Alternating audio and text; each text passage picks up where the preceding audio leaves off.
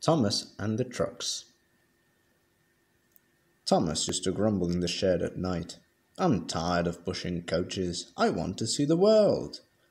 The others didn't take much notice, for Thomas was a little engine with a long tongue. But one night Edward came to the shed. He was a kind little engine and felt sorry for Thomas. "I've got some trucks to take home tomorrow," he told him. "If you take them instead, I'll push coaches in the yard." "Thank you," said Thomas. "That will be nice." So they asked their drivers next morning, and when they said yes, Thomas ran happily to find the trucks. Now, trucks are silly and noisy. They talk a lot and don't attend to what they are doing.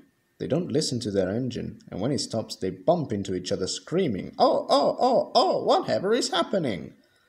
And I'm sorry to say, they play tricks on an engine who is not used to them.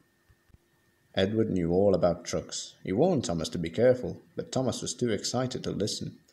The shunter fastened the coupling, and when the signal dropped, Thomas was ready. The guard blew his whistle. "Beep, beep," answered Thomas and started off. But the trucks weren't ready. "Oh, oh, oh, oh," they screamed as the couplings tightened. "Wait, Thomas, wait!" But Thomas wouldn't wait. Come on," he puffed, and the trucks rumbled slowly out of the siding onto the main line. Thomas was happy. Come along," he puffed. "All right, don't fuss, all right, don't fuss," grumbled the trucks. They clattered through stations and rumbled over bridges.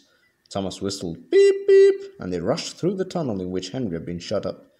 Then they came to the top of the hill where Gordon had stuck. "Steady now, steady," warned the driver, and he shut off steam and began to put on the brakes.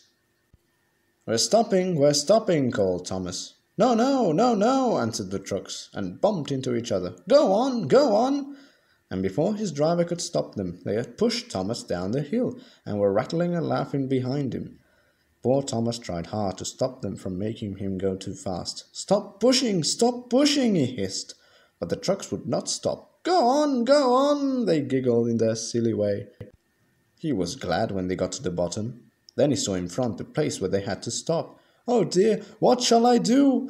They rattled through the station, and luckily the line was clear as they swerved into the goods yard.